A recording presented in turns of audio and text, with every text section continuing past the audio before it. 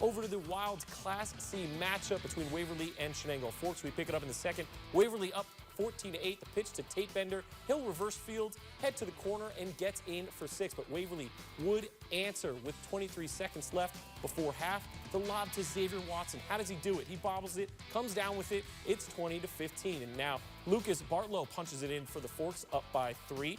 Waverly's turn now. They give it to Fletcher Good. He somehow spins his way into the end zone. Fourth quarter now, crunch time. Finn Stark on fourth down, barrels in for the Forks to take the lead 30-27. Under a minute left, down by 3. Fletcher Good won't be denied. Waverly gets the 2-point conversion. It's 35-30, and they think they have it. Tate Bender with a huge return to give the Blue Devils great field position with 20 seconds left. It's Finn Stark reaching for it, getting it.